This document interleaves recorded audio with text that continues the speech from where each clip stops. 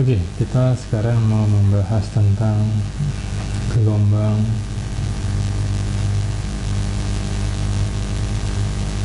yang disebut dengan gelombang stasioner ya. Stasioner.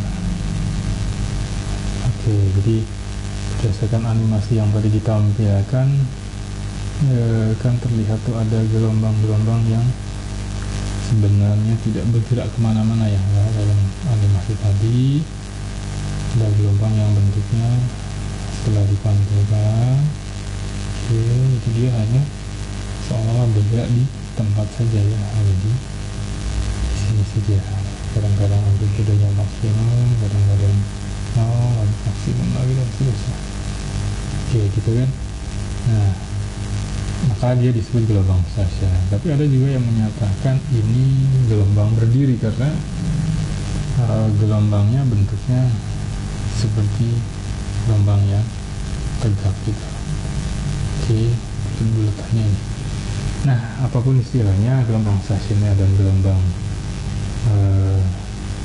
berdiri atau disebut standing wave itu sebetulnya merujuk kepada peristiwa yang sama. Oke, contoh yang dalam kehidupan sehari-hari dengan gelombang stasioner ini apa sih? Contohnya misalnya gelombang pada senar gawe gitar ya, kalau kita perhatikan itu adalah bentuk gelombang ya, bentuknya stasioner seperti ini ya, ada bulatan-bulatan. Nah, titik-titik ini disebut dengan titik simpul ya, simpul. Kemudian titik-titik yang ujung-ujung ini tempat dia maksimum dan minimum ini disebut titik root gitu. Nah, sekarang ini kita membuat persamaannya nih. Gimana membuat persamaan gelombang stasioner dari persamaan gelombang yang sudah kita bahas sebelumnya. Oke, kita mau bahas itu ya. Ini gimana caranya membentuk persamaan gelombang. Oke, ini tugasnya. Matematika kan fisika ya. Coba kita tadi kan udah dapet nih persamaan simpangan dari suatu gelombang adalah Y sama dengan A sinus omega T gitu kan, min Kx. Oke, nah gitu kan. Oke, kita bayangkan lagi tadi ada gelombang dari sumber ini, sumber getaran naik turun ternyata menghasilkan gelombang yang bergerak ke kanan pada tali. Kemudian di ujung sana ada titik atau dinding yang kita ikat ya talinya, sehingga di sini titiknya nggak bergerak ya. Yang kita mencari dulu adalah pada kasus titik tetap. Oke, baik, katakanlah di sini ada sebuah titik P gitu ya. Gimana cara mencari simpangan di titik? Simpangan di titik P itu, titik P kita dilalui oleh dua gelombang. Pertama oleh gelombang yang datang. Oke, yang datang dari sebelah kiri menuju ke kanan. Persamaannya dari gelombang datang ini seperti itu adalah A sinus omega T dikali Kx. Nah, X nya ini adalah jarak dari titik, sebenarnya di sini X adalah ini ya. Oke, sementara L itu adalah panjang tali. Sementara X yang dimaksud di sini adalah dari persamaan ulang gelombang ini adalah sudah berapa lamakah jarak yang ditempuh gelombang dari sumber ke titik P. Tentu saja jaraknya adalah L ya, dikurangi dengan X ya. Kita mau cari yang segini nih kan, berarti L dikurangi X gitu ya. Oke, pakai kurang siku. Oke, ini adalah persamaan untuk gelombang datangnya ya. Kemudian gimana persamaan gelombang simpangan di titik P untuk gelombang yang dipantulkan? Ini sudah dipantulkan, nanti dia bergerak ke arah situ ya. Oke, ini kan. Nah, ini persamaan gelombang pantul kita sebut ya. Gimana persamaannya? Sebenarnya sama aja ya. A sinus Karena sumber gelombangnya sama, berarti omeganya juga sama dong, ya enggak? Dan waktunya kan bersamaan juga di titik P ini. Waktunya nanti adalah waktu yang sama. Cuma yang berbeda adalah panjang lintasan yang ditempuh gelombang ketika dipantulkan di titik dan sampai di titik P itu berapa? Dia sudah menempuh L ditambah dengan X gitu. Jadi di sini L plus X. Oke. Nah, dan satu lagi, coba kalian perhatikan nih. Ketika titik ini adalah terikat, bentuk gelombang yang sampai titik ini kan begini. Gelombang pantulnya kan begitu. Tapi gelombang datangnya kan begini. Nah, gitu ya. Ketika mencapai ujung terikat di sini, terjadi pembalikan fase. Coba perhatikan. Jadi gelombangnya nggak diteruskan, tapi dibalik fasenya. Jadi seperti itu. Jadi kalau kita lihat dari ini menjadi ini, jadi bisa dibayangkan begini. Oke. Titik ini kan yang ini ya, sama kan? Dan ketika gelombangnya datang, ya nggak? Ini kan gelombang datang nih. Nah, ketika dia dibalik lagi kan berubah jadi titik yang gimana nih? Berubah menjadi titik yang seolah-olah sama dengan titik ini kan? Nah ini, ya nggak? Jadi berubah menjadi itu. Berarti dari sini ke sini berapa beda fasenya? Kalau ini beda fasenya adalah 2pi, berarti dari sini kan hanya setengahnya, berarti pi gitu ya. Oke, jadi di sini harus ditambah dengan pi gitu. Ini yang disebut perubahan fase antara gelombang datang dan gelombang pantul gitu ya. Oke, jadi berbeda fase sebesar pi. Oke, kita berarti tambahkan dengan pi di sini ya. Perubahan fasenya adalah pi. Nah, kita udah dapat deh sekarang jadinya nih.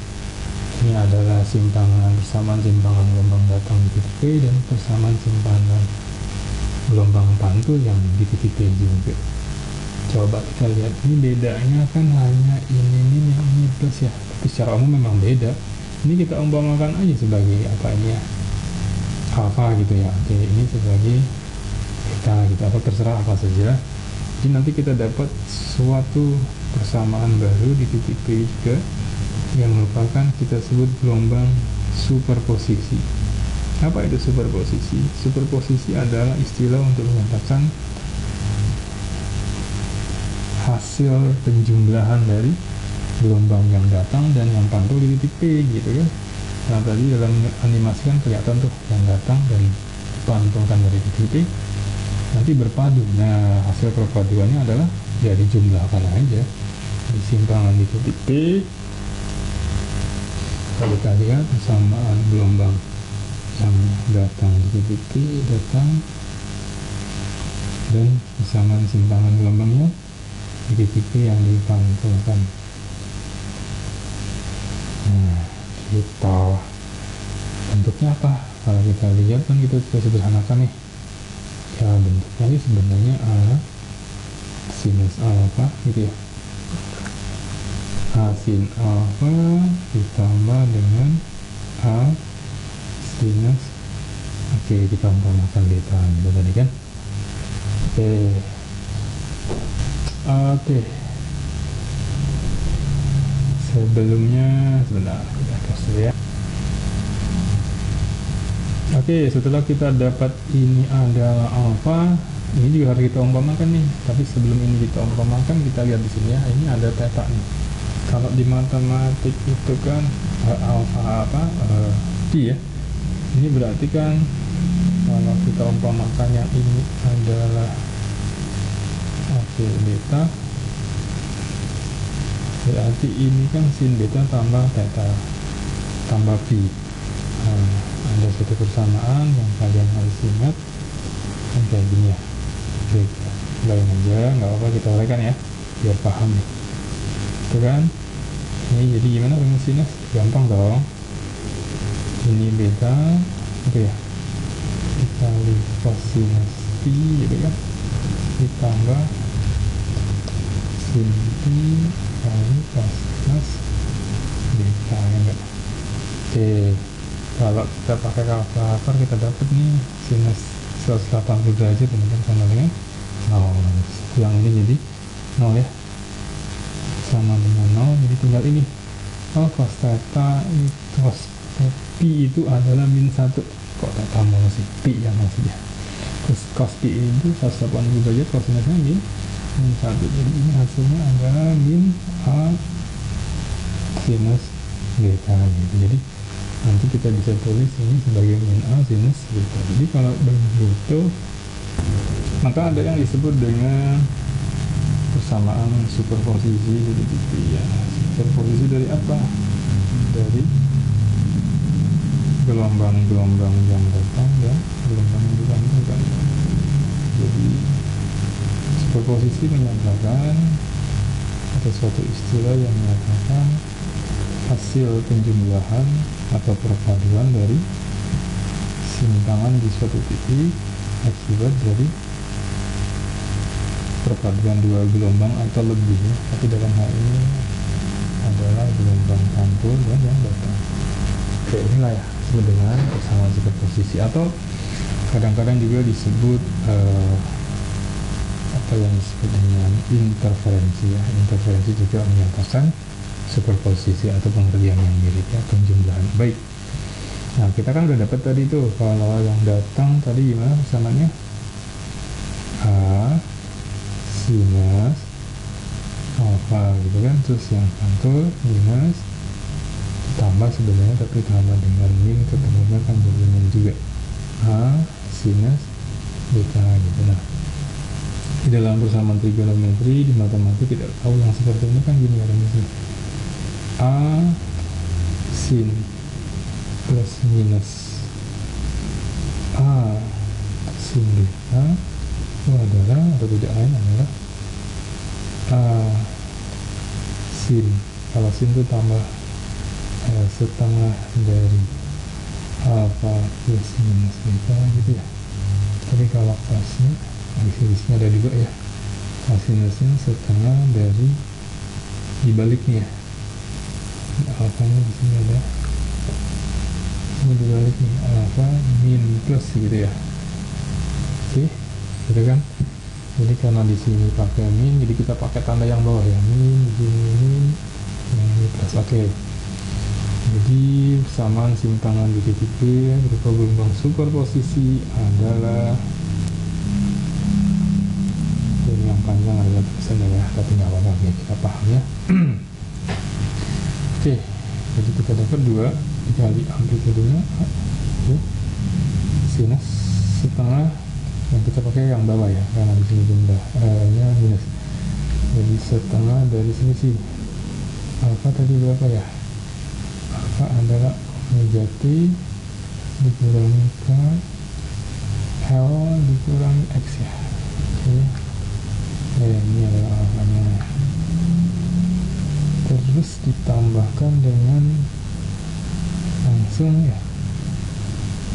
Oke, tambahkan dengan apa tuh, omega T betanya ya, minus K juga, tapi di sini kan bedanya hanya L plus X sini kan. Oke, dah ini, itu yang suku bedanya. Yang kedua dikali, panjang sekali, baru kita potong di sini ya, setengah kosinus. Nah, ini kan tadi di ini tadi kan harusnya dikurang ya, ini kurangnya digede ini, kurangnya digede ini, jadi ini. Oke, ini tandanya bukan plus dong, minus ya, tanda yang bawah yang kita pakai ini, jadi ini tandanya nih minus. Nah, bukan plus. Oke, ini minus, karena ini kalau kebalik ya hasilnya salah nanti nih. Yang ini matematik itu memang nggak boleh kebalik lah ya, kalau kebalik dia udah salah. Nah, ini minus. Oke, kita mulai gitu, tanda urungnya situ. Oke, yang satu lagi adalah omega T ya, setengah kali omega T min K L min X T ditambah gitu kan dengan omega T ya. Ini salah satu saksikan belajar fisikannya, jadi kayaknya persamaannya nggak selesai-selesai gitu. Tapi itu oke kan, asik gitu lah. Ya, oke. Oke. Nah gini ya. Oke, coba. Jadi seterusnya kita apakan nih? Kalau kita apakan coba diri. Ternyata yang sama bisa dikurangkan atau bisa saling dihilangkan atau dijumlahkan. Seperti ini misalnya nih, omega T dikurang omega T habis ya. Jadi kita bisa tulis 2A, ini ya omega T nya habis ya, karena ini minus kan, ini minus nih. Terus min KL dengan min KL juga habis ya. Jadi tinggal adanya min KX dengan min KX, tapi dikasih min jadi plus. Maka di sini jadi sinusnya setengah dikali 2 K dikali X gitu ya. Oke. Kemudian apa lagi nih? Oke, satu lagi kosinusnya setengah kali, karena ini ditambahkan jadi 2 kali omega T, kebalikannya dengan ini berubah menjadi tambahnya jadi min 2 K kali L ya kan. Nah ini biasanya, jadi kalau kita sederhanakan jadinya seperti ini ya. Sinusnya jadi di sini tinggal AX juga kali kosinus setengah dikali 2, masukkan setengahnya jadi di sini tinggal omega T dikali K dikali L gitu. Oke, nah ini yang kita mau cari ini nih. Kalau kita perhatikan dalam persamaan ini, jadi yang ini nih, inilah yang disebut dengan amplitudo gelombang superposisinya. Jadi gitu. Kenapa? Karena yang ini adalah bentuk persamaan gelombang getarannya, tapi yang di depan ini kan amplitudo sebenarnya. Nah amplitudenya ternyata dalam fungsi kan sinusoidal juga, jadi nanti amplitudenya memang berubah-ubah kan gitu. Dari hasil yang kita amati tadi, bahwa di satu titik amplitudenya tidak tetap, berubah-ubah tergantung fungsi letak titik itu, letak X-nya ya. Oke deh. Dengan cara yang sama nanti coba ya untuk di titik P, superposisinya jika titik itu adalah ujung yang ini, ujung terikat ini tadi kan, ini yang ujungnya fixed point gitu ya, kita sebut aja fixed point, apa ya titik tetap gitu ya yang diikat. Kalau yang ujung bebas,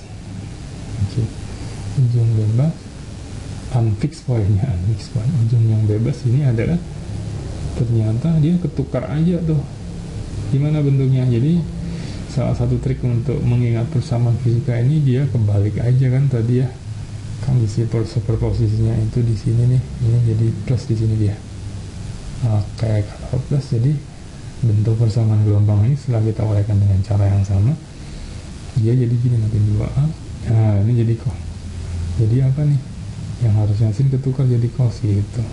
KX nya tetap ya enggak, dikali harusnya sin jadi cos di sini omega T min K kali L gitu, dimana yang di depan ini merupakan gelombang atau persamaan amplitudo superposisinya. Nah ini untuk yang unfixed point, unfixed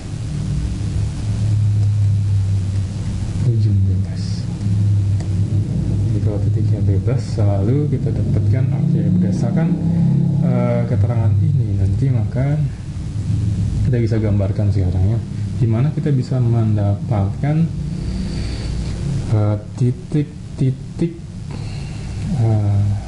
perut, atau kita sebut dengan perut ya, dengan titik-titik simpul. Nah gini nih, jadi kalau ujung yang bebas, ujung bebas bentuknya adalah kosinusnya. Jadi kosinus itu ujung ujung bebasnya, jadi dia gini bentuknya. Lalu di sini oke. Jadi dia memiliki kosinus ya, fungsi cos itu kayak gini kan, mulai dari maksimum ini gitu. Kalau ujung terikat bentuknya adalah sinusoidal ya. Sinusoidal itu bagian macam mana? Gini ya, ya enggak? Gitu ya. Nanti dia balik lagi kan, dipantul kan. gitu. Makanya ujung bebas ini amplitudenya cos, jadi yang ujung terikat amplitudenya bersamanya dalam bentuk sinusoidal. Oke. Jadi ini cara mengingat, sebenarnya enaknya nih mengingat untuk persamaan ujung bebas dan ujung terikat itu adalah kalau ujung terikat ini biasanya bentuknya sinus gitu kan. Ini amplitude superposisinya adalah sinus 2A sin kx gitu. Kalau yang ini amplitude superposisinya adalah 2A, ingat bentuk apa ini, yang maksimum dulu baru kenal cos gitu, kx ya gitu. Nanti kita akan lihat atau bagaimana menentukan letak titik simpul. Ini simpul 1, simpul 2, simpul 3 itu dihitung dari ujung bebas, atau ini dihitung dari ujung terikatnya. Simpul 1, simpul 2, simpul 3 ya, simpul untuk S. Dan ini perut 1, ini perut 2, ini perut yang ketiga. Nanti kita tentukan dari soal saja ya biar jelas. Oke.